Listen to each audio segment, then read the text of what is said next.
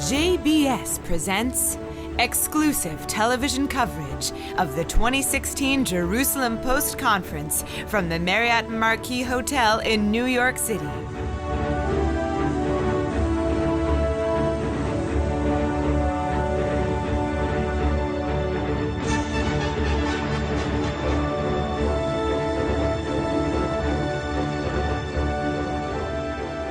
Ladies and gentlemen, please join me in welcoming Ambassador Dennis Ross.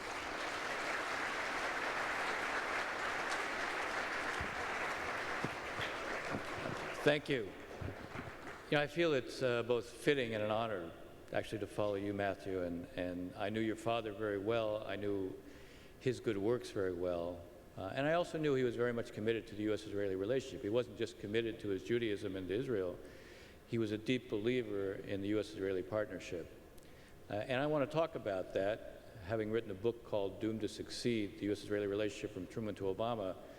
By definition, I'm not just a believer in it, I'm also an optimist about it. And I want to explain in these times why I remain an optimist about it.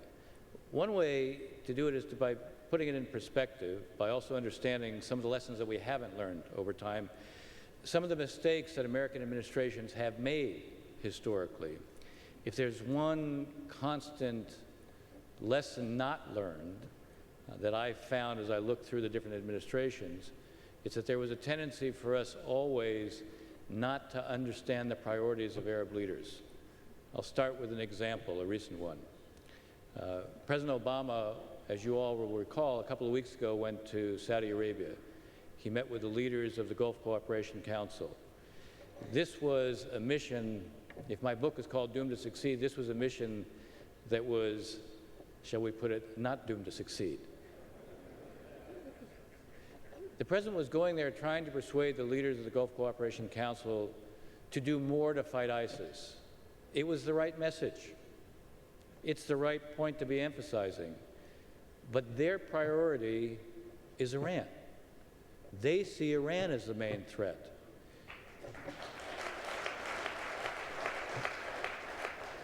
Getting them to do more against ISIS depends upon them seeing us being prepared to do more to compete with the Iranians.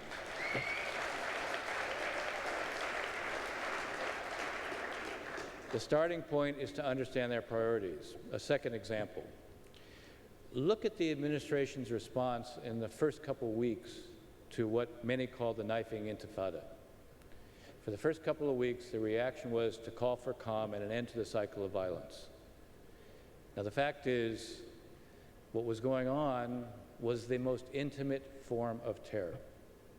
Literally, stabbings are, and there's no other way to put it, they're bloodletting. Quite simply, they're bloodletting. There's no other way to describe it except terror. And yet the impulse initially was to call for calm and an end to the cycle of violence. And the reason was it reflected a mindset, which was, gee, if you single out only the Palestinians for criticism, it'll produce a backlash from the Palestinians and from the Arabs. Now think about it. At the time, what was going on in the Middle East? We're talking about October, this past October. So there's a preoccupation, what is a horrific war in Syria, a proxy war in Yemen, a struggle with ISIS in Iraq and Syria, Egypt dealing with radical Islamists in the Sinai, Iran's hegemonic ambitions. All of these things were the preoccupation and are the preoccupation of Arab leaders, but this initial impulse was not to criticize only the Palestinians. Now, I'm saying this not to single out the Obama administration, because the fact of the matter is, the mindset that drove that, at least initially, is a mindset that has existed in every administration from Truman to Obama. It is a mindset that has been embedded in at least a part of the national security apparatus. From Truman to Obama, it is a mindset that is driven by a perception that Israel is more of a problem than it is a partner. Now, the three assumptions have been embedded in every administration from Truman to Obama. In every single one, these three assumptions have existed. The first assumption is that if you distance from Israel, you'll gain with the Arabs. And 5 different administrations did that. Eisenhower did it. Nixon did it, Carter did it, the first Bush did it, and Obama did it. In every case, those presidents came in and looked at their predecessors and thought they were too close to Israel and it had cost us, and they made a conscious decision to try to distance from Israel. When you go through the administrations that I did, when you read the book, as I hope you will, as I think you should,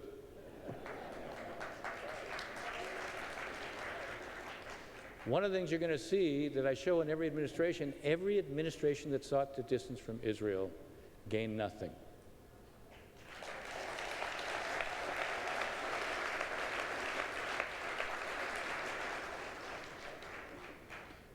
I can do chapter and verse on the examples, but I'm not going to do that right now since I don't have a lot of time. I understand the rigors of this kind of a conference. You were given a set amount of time to talk. What most of you don't know is there's actually a trap door under my feet. All right, so the first assumption was distance from Israel and you gain with the Arabs. There's a corollary.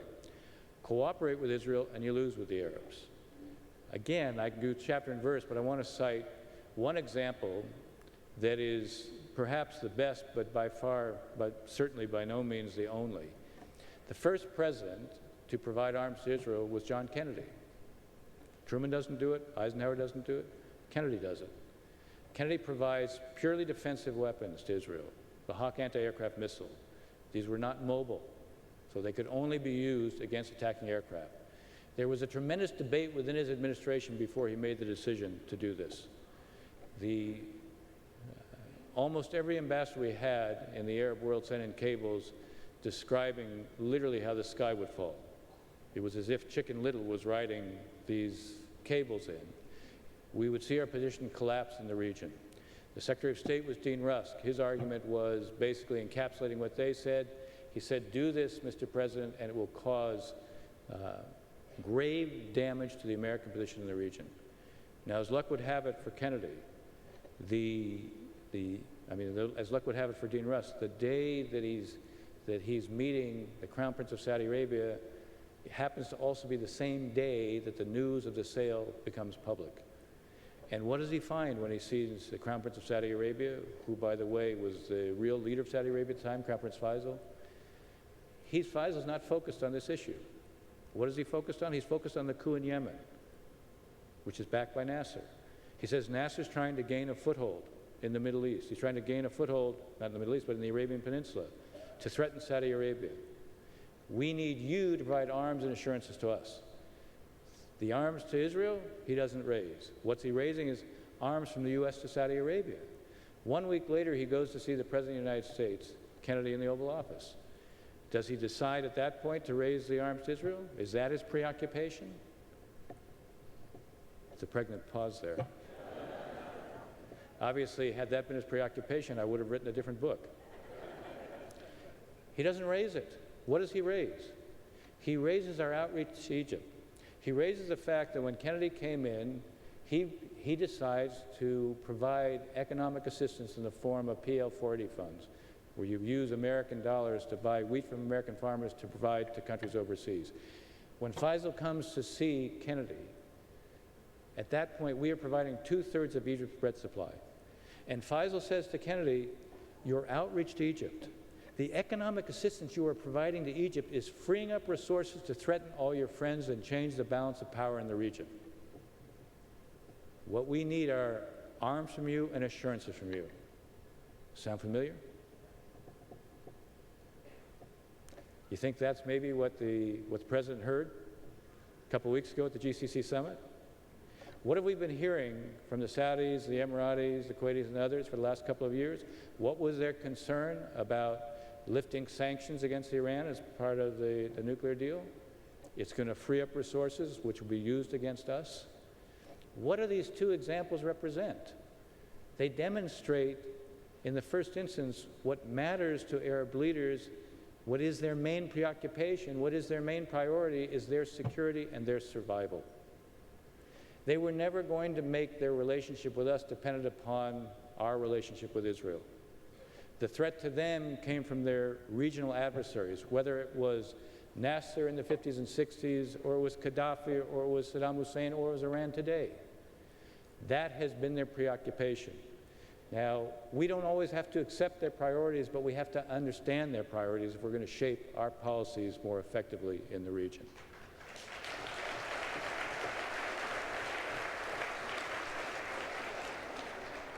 I said there were 3 assumptions. There was a 3rd assumption. Again, it's been embedded in every administration from Truman to Obama. The 3rd assumption was you can't change the region and you can't change the American position in the region unless you resolve the Palestinian issue. Now you're looking at somebody who spent an awful lot of time trying to resolve that issue. And I still believe it's important. I still believe it's important because I want Israel to be able to live in peace. I don't want Israel to become a binational state. I still believe it's important to work on the issue, but I never worked on it because I thought this is a game changer in the region. You know, if tomorrow you could solve this issue, it wouldn't stop one barrel bomb in Syria. It wouldn't roll ISIS back 1 meter.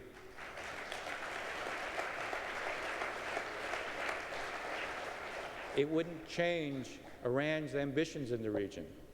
It wouldn't change the struggle that Egypt is facing. It wouldn't put Yemen back together. It wouldn't make Libya whole. It doesn't mean it's not an issue to work on, but it needs to be put in perspective. You need to focus on what is possible with it and what isn't. Today, honestly, I don't think you can resolve it. One of the problems we face in diplomacy or in the region more generally, focus on the right objective. Don't create binary choices. Don't approach this issue as, if we can't solve it, we'll do nothing. Those aren't your only 2 choices. Even today, as I said, from my perspective, it's important to deal with the issue. It's important for Israel to deal with the issue. Israel needs to find a way to make its settlement policy consistent with the 2-state outcome. Israel needs to find a way to show it can take an initiative, partly to blunt the delegitimization movement. The delegitimization of Israel today is a new form of anti-Semitism. It's driven by a premise that the Jewish people don't have a right to self-determination, that the Jewish people don't have a right to a state of their own. And those who are the delegitimizers, they disguise their purpose. What is BDS? BDS rejects the consensus internationally of 2 states for 2 peoples. But nobody knows it because it focuses on settlements. If you make settlement policy consistent with a 2-state outcome, you expose them. In any case, look, I wrote this book because I wanted to educate the next administration.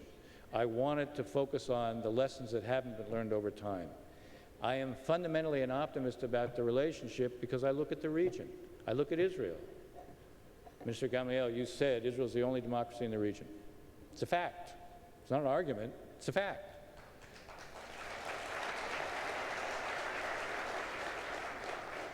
We share values and interests with Israel.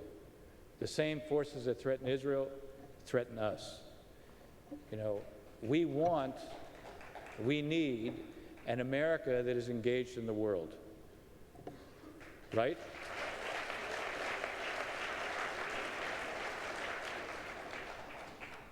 When you think about what we're facing today, I'm optimistic about what the relationship will be, what the next administration will do with Israel for a simple reason. It isn't just that Israel is the only democracy in the region. Look at the region itself. This is a region that's going to be characterized by terrible turmoil, terrible struggle, terrible conflict. It's a struggle over identity and who's going to define it between radical Islamists, Sunni and Shia, radical Islamists and non-Islamists. It's going to be a region characterized by unpredictability and uncertainty. Contrast that uncertainty with one certainty: Israel. Israel's not going anyplace. Israel will remain a democracy. Look, like any democracy, however it works to deal with its problems, it may not be in a linear direction. But there's one country in the region that is governed by a rule of law.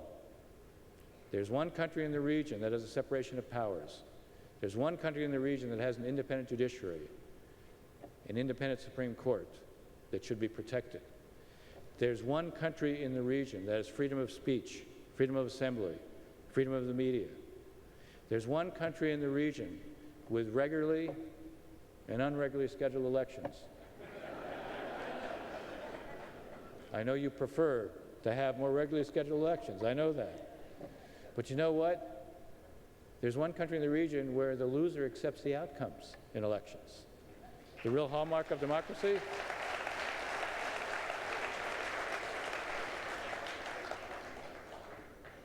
There's one country in the region where women's rights are respected, where gay rights are respected. That one country is Israel. I can't imagine that the next administration, when it looks at the region, won't understand that picture. And that's the reason I entitled the book Doomed to Succeed. Thank you very much.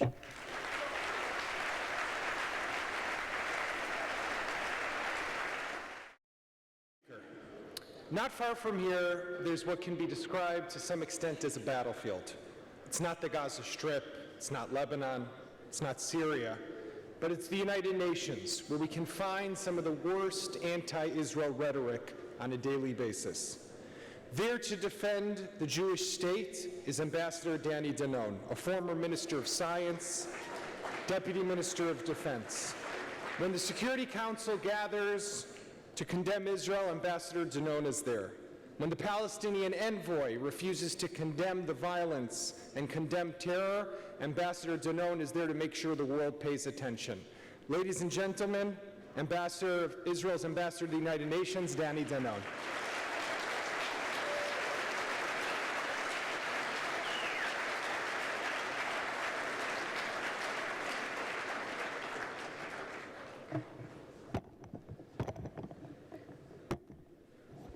Shalom, good afternoon. Yaakov, I'm not used to such a warm introduction coming from the UN. It's quite different over there. It is a pleasure to be here today with so many good friends. When in the UN I see a big crowd of people gathering together to speak about Israel, it's a sign for problems. But I hope it is not the case here today. Let me first thank Steve Lindy. Dr. Wu just told us that he is not retiring. We are very happy about it. We want to thank Steve for his great work in the Jerusalem Post. Let me wish Yaakov Katz much success in his new challenging position. My friends, when I was appointed to the position at the UN, I heard from so many people that the UN is biased, that the UN is disgraceful. After 7 months in the position, which feels like 7 years, I can tell you that all the people that talked to me about the UN were mistaken. They were too polite about what they told me about the UN.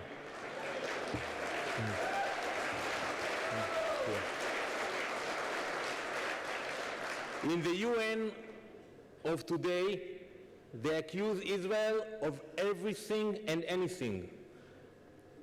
It is absurd. We hear it all the time, that Israel is the cause for violence in the Middle East.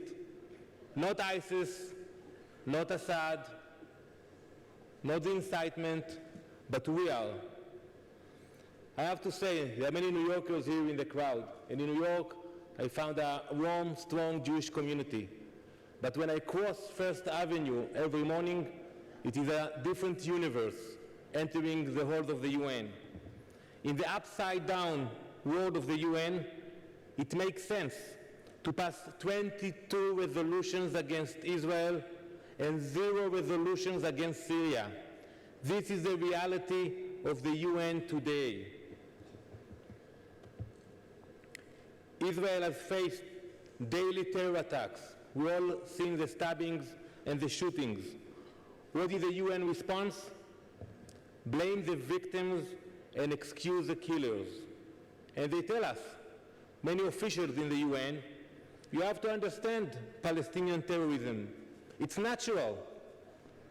To some UN officials, it's human nature. That's what they say, human nature to grab a knife and to stab a Jew, any Jew. It doesn't end with that. The UN's commissions on the status of women blamed Israel for domestic violence by Palestinian men against Palestinian women. Can you believe it? Some in the UN even blame us for climate change. It's not a joke. It's not a joke, it's a reality. You come to a committee, and at the end of the discussion, they will blame Israel. Friends, there is no rational explanation for what we are facing at the UN.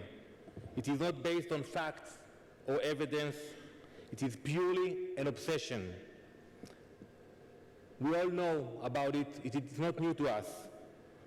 But today I want to share with you something new about the UN, something that is not being reported yet.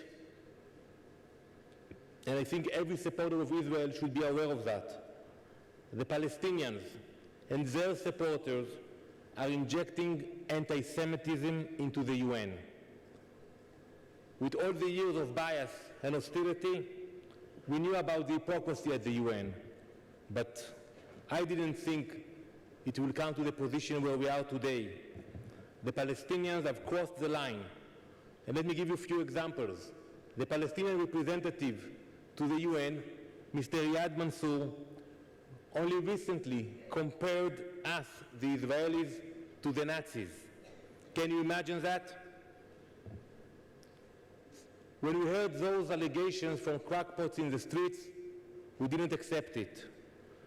But to think about diplomats in the United Nations, the Parliament of Nations, allowing such a language, how dare he suggest that Palestinian terrorists are like the heroes of the Warsaw Ghetto?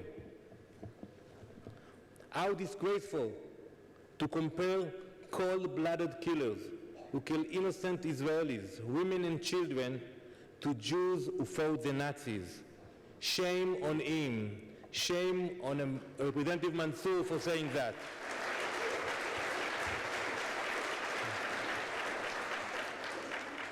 This was not the first time Mr. Mansour used such a language. A few months ago, he wrote a letter to the Security Council, outrageous letter, where he accused Israel of harvesting the organs of Palestinian terrorists. We had a debate whether to give the bodies of the terrorists back to their families or not. The government decided to give back the families. The same day, he sent that letter to the members of the Security Council. This is a blood libel, a 21st century blood libel. This is the same kind of accusation that anti-Semites have used against the Jews before the pogroms. This is the same kind of incitement we learned about. And it's happening today at the UN. But in 2016, in the face of the new anti-Semitism at the UN here in New York, no one spoke out against it. Not a word about these disgraceful incidents. Not from the Secretary General, not from the Security Council, and not from the Human Rights Council.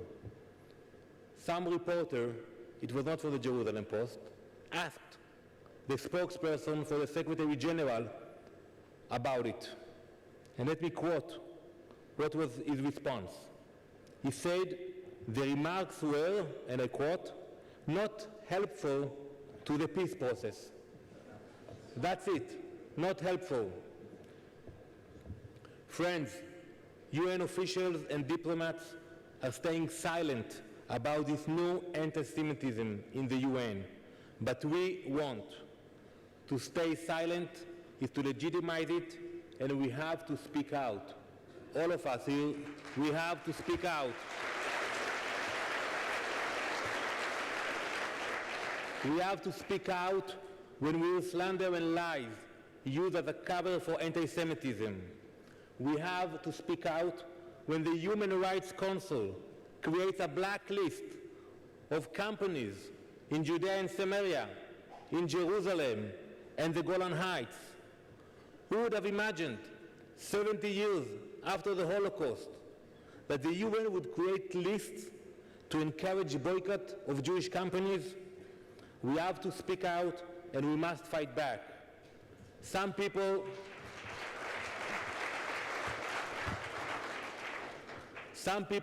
are naive. They believe that the most outrageous criticism of Israel is legitimate because of the settlements, because of frustrations, or all other excuses. My friends, it is not legitimate. We have to tell them what we are facing now is not about politics. It's not about left or right. It is about hatred. It is about singling out Israel. It is about scapegoating Israel. It's about anti-Semitism, pure and simple.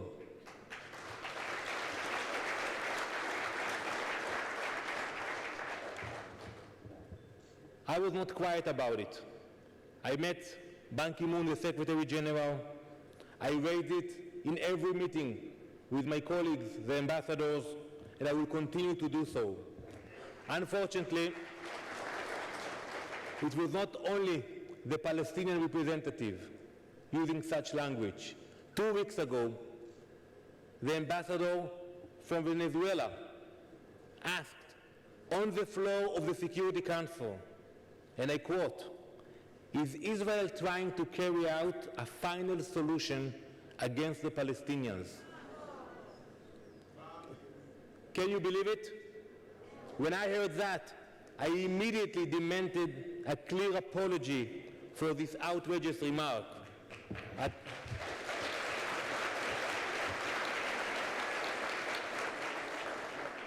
At first, he saw the other ambassadors' response, so he gave a vague apology. That night he called me, very late at night, even though we do not speak and we do not have bilateral relations, he called me to apologize. I told him, "Mr. Ambassador, don't apologize to me. Apologize to the State of Israel.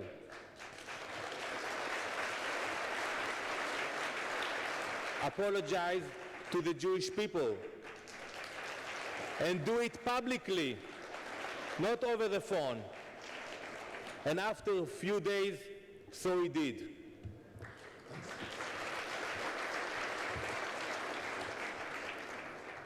I assure you, every time we hear hate and attacks against the Jewish people, against the state of the Jewish people, we will respond.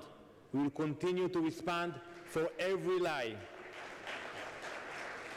We cannot allow anti-Semitism to become the official language of the UN. We all know what's happening around the world. We all see the trends. You heard it here in the Jerusalem Post conference. We cannot allow it to become normal, not in the UN and not anywhere else. Today, as we speak, there is an organized, well-funded campaign against Israel, growing stronger every day in campuses, in the UN, in different locations, here and around the world.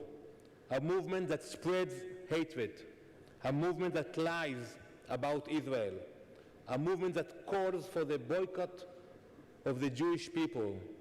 My friends, you all know this movement, BDS.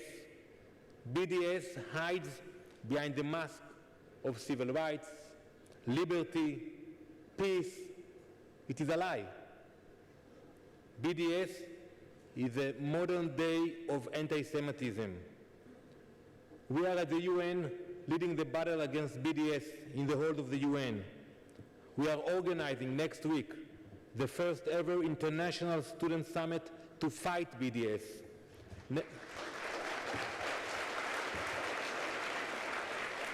Next Tuesday, over 1,000 Jewish students will meet professionals from all fields, communications, public diplomacy, to discuss how we can fight and win BDS.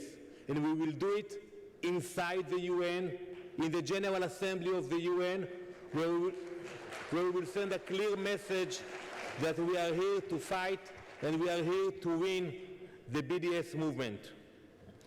There is another important way to fight anti-Semitism at the UN, and that is the positive approach, to bring Zionism and to bring Judaism into the halls of the UN. And that's what we are doing. Before Passover, we held a Leila Seder. We held a Passover Seder for the diplomats and UN officials. And you will be amazed to see how many people showed up and sat down for 2 hours and learn about the Jewish heritage while eating matzot, drinking wine, and reading from the Haggadah.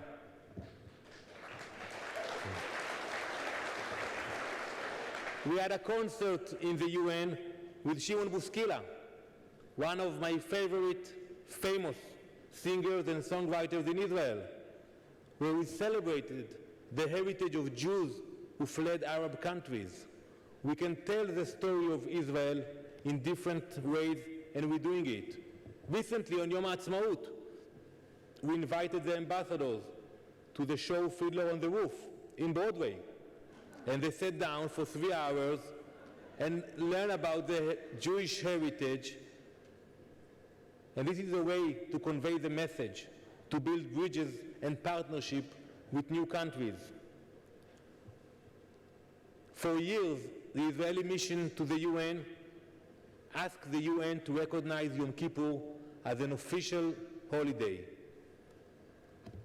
In the UN, they recognized Eid al-Fitr, they recognized Christmas, but they were not willing to recognize one holiday for the Jewish people. Today, I am happy to tell you, under my watch, Yom Kippur is finally an official holiday at the UN.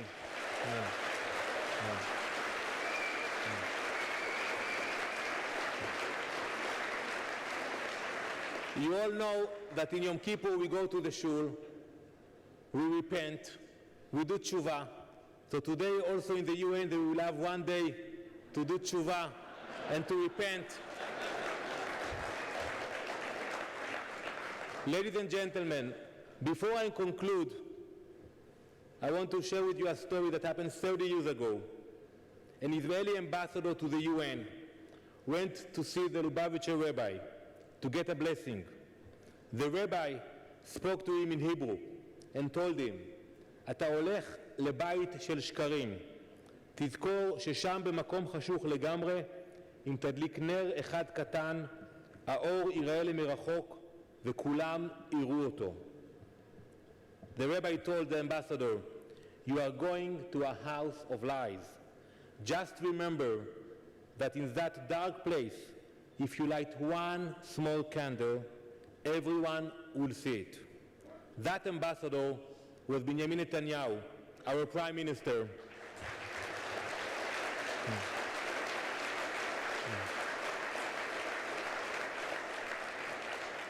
Today, when I have the honor to represent Israel and the Jewish people in the halls of the United Nations, I carry the message of the rabbi with me.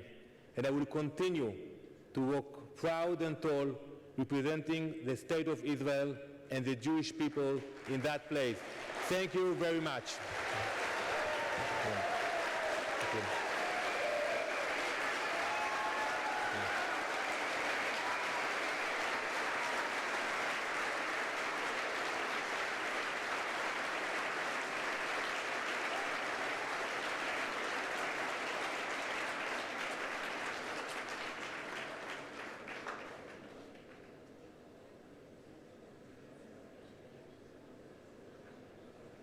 This is my chance to be a hero for the sake of the nation.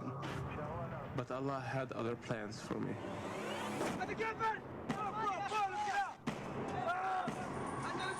Had the right to make the other side feel our pain. An art, a very difficult art. You need to make him betray his own people. He asked me, would you work for us? To collaborate with Israel is the most shameful thing. The first day handling him was the first day of the end of my career. We called him the Green Prince.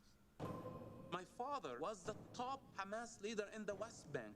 He had no clue what I was doing. It's like recruiting the son of the Israeli prime minister. Deep in my heart, I was really terrified. You're a target, and you can get killed anytime. I was on my own. He was in a real trouble. I start to realize that people are dying because of this lie. This is a big game. No one else knows about you. You will start to lose your sense of reality. He's not just a source. He was there for us all the time. That kind of bond is impossible to break. Qaeda immediately issued a death sentence for him. Go underground. Don't come back, ever. I am not who you think I am. Our next speaker is a man whom everyone in this room, I think, owes a great debt of gratitude. While he started his life, possibly, on the road to terrorism, death, and destruction, he chose life. He sought the truth. And when he discovered it, he risked his life for 10 years to protect and save countless of Israelis. Ladies and gentlemen, I am honored to be able to introduce you today to Mossab Hassan Youssef, better known by Israel's security services as the Green Prince.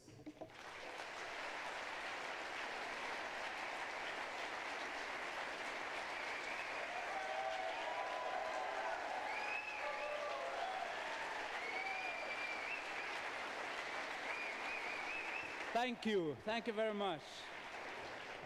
Wow, great energy. Thank you very much for having me. It's a great privilege. The Jerusalem Post annual conference. The first time I got to know about the newspaper was in prison about 20 years ago. First, I wanted to learn English. And this is why I started to read the Jerusalem Post. But eventually, it became my window towards the Jewish world and towards the Western world as well. 16 months in Israeli prison,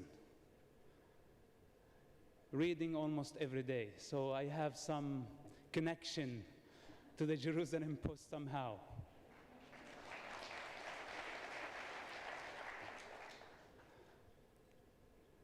I don't know where to start, but you can use your imagination of the son of a top Hamas leader, and what in the world is he doing at the Jerusalem Post annual conference? They gave me a tag. I don't wear it right now, but they had on it the son of Hamas. And I went through security all the way to the backstage.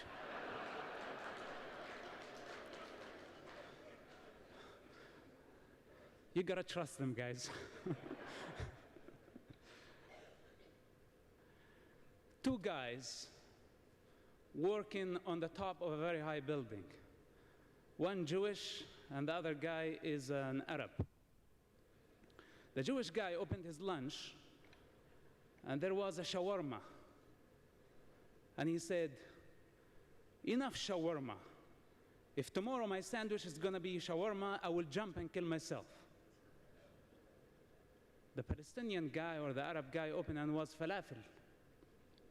And he said, "No more falafel. If tomorrow falafel, I'll jump, kill myself. That's it." Next day, the Jewish guy opened this sandwich, and it was shawarma. He threw it on the side, came very fast, jumped, killed himself. The Palestinian opened, and it was falafel, and he was very furious. And he said, I said, "Enough falafel." He threw it, he jumped, killed himself. At their funerals, the Jewish wife was crying very hard, saying, "I don't know what's his problem. If he told me, I would have changed it to something else." The Arab wife was crying bitterly and saying, "I don't know what's his problem. I don't know what's his problem. He makes his own sandwiches."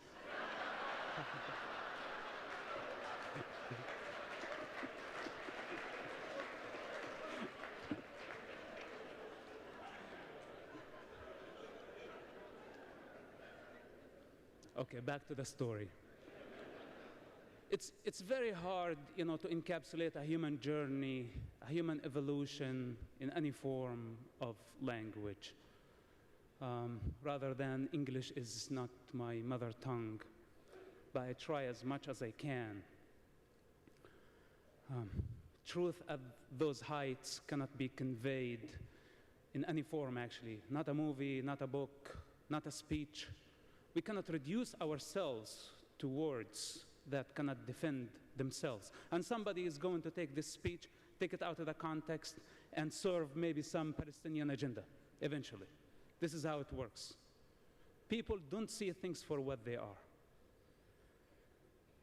But I'm sure that some of you, at least, will understand where I'm coming from. At some point, I was paid by the Israeli government, by the US government, by the Palestinian Authority, and by Hamas organization. I was working for all those guys at the same time.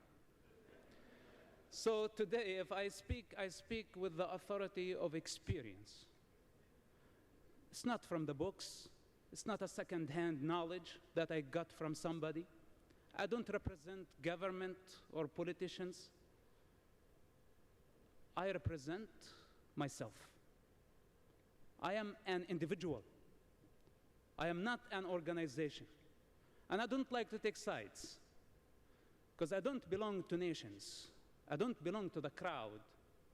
I have transcended this long time ago. But the Jewish nation is dear to me. And when I see nations unifying against the Jewish people, it hurts me. Because at some point, I thought the Jewish people were the enemies of humanity. I thought that they were the enemies of our people, the Palestinian people, until I came to experience what the Jewish nation really is. Through intelligence service, through witnessing the true democratic model in an ocean of darkness, the only light in the Middle East. And I wonder, people here in the free world who think that they are free, unifying against Israel, attacking Israel, isolating Israel, boycotting Israel, BDS and all this hypocrisy. Of course, hypocrisy coming together with political correctness, because it's the same. Two faces for the same coin. In the Muslim society, I witnessed a woman who sent 5 of her children to die in suicide bombing attacks, one after another. She would put the explosive belt on them and bless them and say, "Go kill the Jews," to gain respect in her society. This is hypocrisy. My father disowned me because he's a hypocrite. On a personal level, he's a loving father. But when he puts the Hamas mask that he cannot exist without, he's a monster, he's something else. And this is the problem with that society conditioning.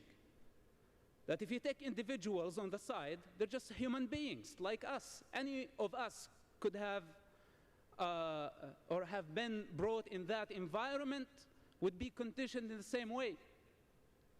The human condition does not differentiate between an Arab or a Jewish person.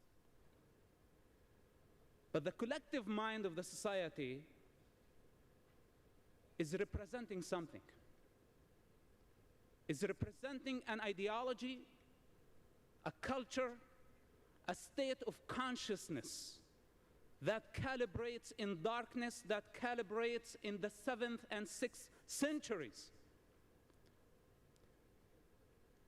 Ruled by tribal lust for power. It have not changed, or it has not changed. Muhammad, and I know that I've been told by people here not to say this, so it does not look like the Jews are going against the Muslims. But we cannot fool ourselves. There is an Islamic problem. Al-Qaeda, Hamas, Hezbollah, Islamic Jihad, ISIS, Boko Haram, all of them are killing by the name of Allah. They're not killing by the name of Jesus. They're not killing by the name of Jehovah. They're not killing by the name of Mahavira or the Buddha or Lao Tzu. They're killing by the name of Allah. There is an Islamic problem, and I think humanity needs to stand against this danger, because this danger is not only against the state of Israel. This danger, thank you. This danger is against the evolvement of mankind.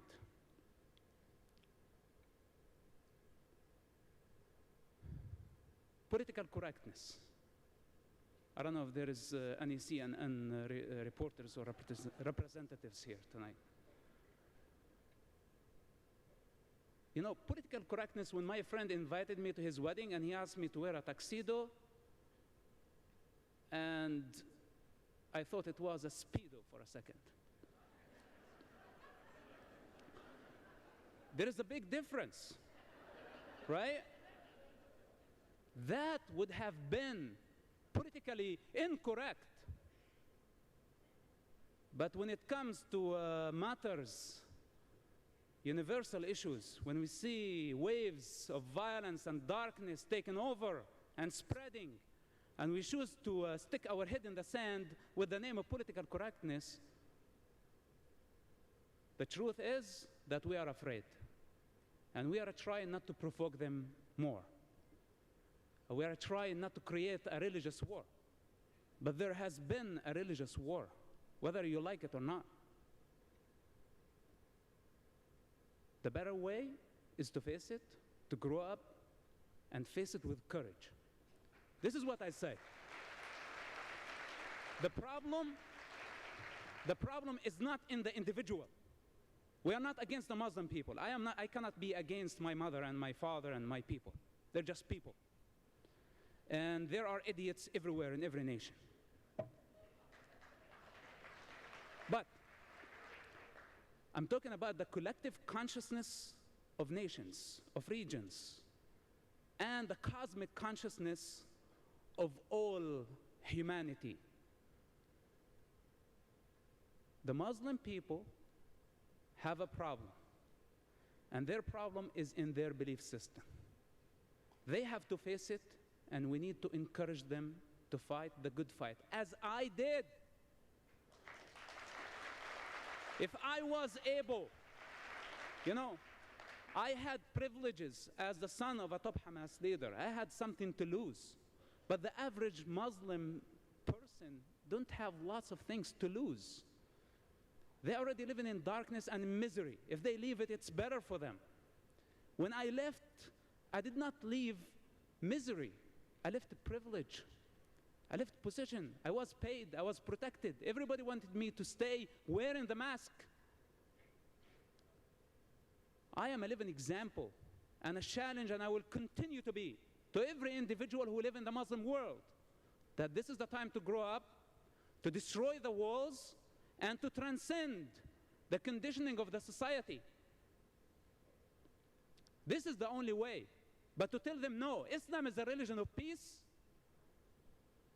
we just create the perfect climate for terrorists to keep on growing. I say otherwise. Our problem is not with the individual, our problem is with this belief system, that humanity and the free world need to unify, as eventually, even though it was too late, the world unified against Nazism. Today, free people need to unify against Islam, not against the Muslim people, against Islam itself as a belief system. When the president of the free world stands and say that Islam is a religion of peace, he creates the climate, he provides the climate, the perfect climate to create more terrorism.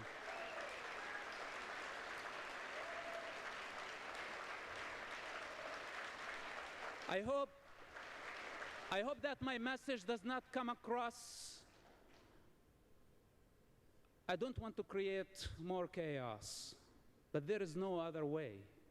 You know, I wish I could be more gentle to represent this issue. But I've seen death, and I came from hell, and it's very dark. What is the alternative for Israel and for democracy, or for the American Constitution? It's the darkness of the 6th century. This is what's the alternative. You know, I don't believe that there is any system, including the American Constitution, that can solve the human condition or help the individual to integrate to a higher state. I believe this is up to the individual. But the difference between the 7th century environment and democracy,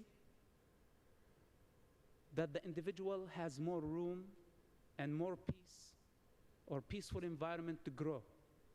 I experienced it myself. When I was in Ramallah, I was only able to practice Islam. I only knew the mosque. But in Tel Aviv, I practiced Christianity.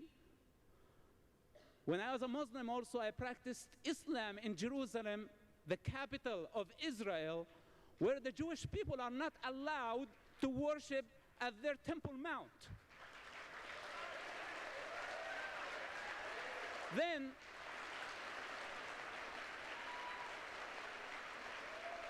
bunch of hypocrites called BDS come and compare Israel to the racist regime of South Africa. How can you compare? If it's the capital of the Jewish people and the Israeli government are not allowing the Jewish people to worship freely in their capital, on their holiest site, for political correctness, not to offend the Muslims, and give them that kind of freedom. How can we compare this to that? In Tel Aviv, I was able to practice yoga. I was able to practice Christianity. They're Muslims, they're Druze, they're all type of people, all type of religions, protected under the Israeli umbrella and the Israeli law. This is not available in the other countries surrounding. If Israel is destroyed, or if Israel is isolated, what is the alternative? What those people are doing, I really don't understand. I know that I came across pro-Israeli this afternoon, but it has been a privilege. Why not? I love Israel.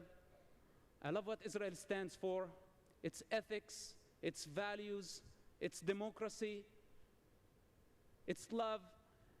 A nation that was able to overcome the Holocaust, and instead of playing the victim mentality and blame everyone for their suffering, they were able to build a state, a democratic state, make it from a newborn state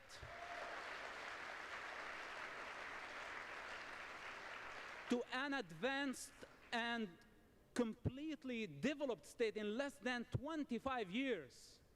This is a great example. It has been a pleasure. I appreciate the love of the Jewish nation everywhere in the world. I don't care what they label me. Again, I speak with the authority of experience. If they have anything to say, they can say it right to my face. If they have the courage, but I doubt. I would like to conclude with another joke, if you don't mind. Well, I take the advantage, and this is a Jewish crowd. Let's make a joke about Jewish people. So this Jewish guy, and also a Muslim guy. The first guy, the Jewish, fell off a cliff, and luckily there was actually vice versa. The Muslim guy fell, and there was a branch, and he was hanging on the branch. And he was screaming to God, "God, help me." Then he heard a voice from the cloud coming, and he said, "Son, let go. Just let go, trust me." And he let go. The guy fell, His bones were destroyed.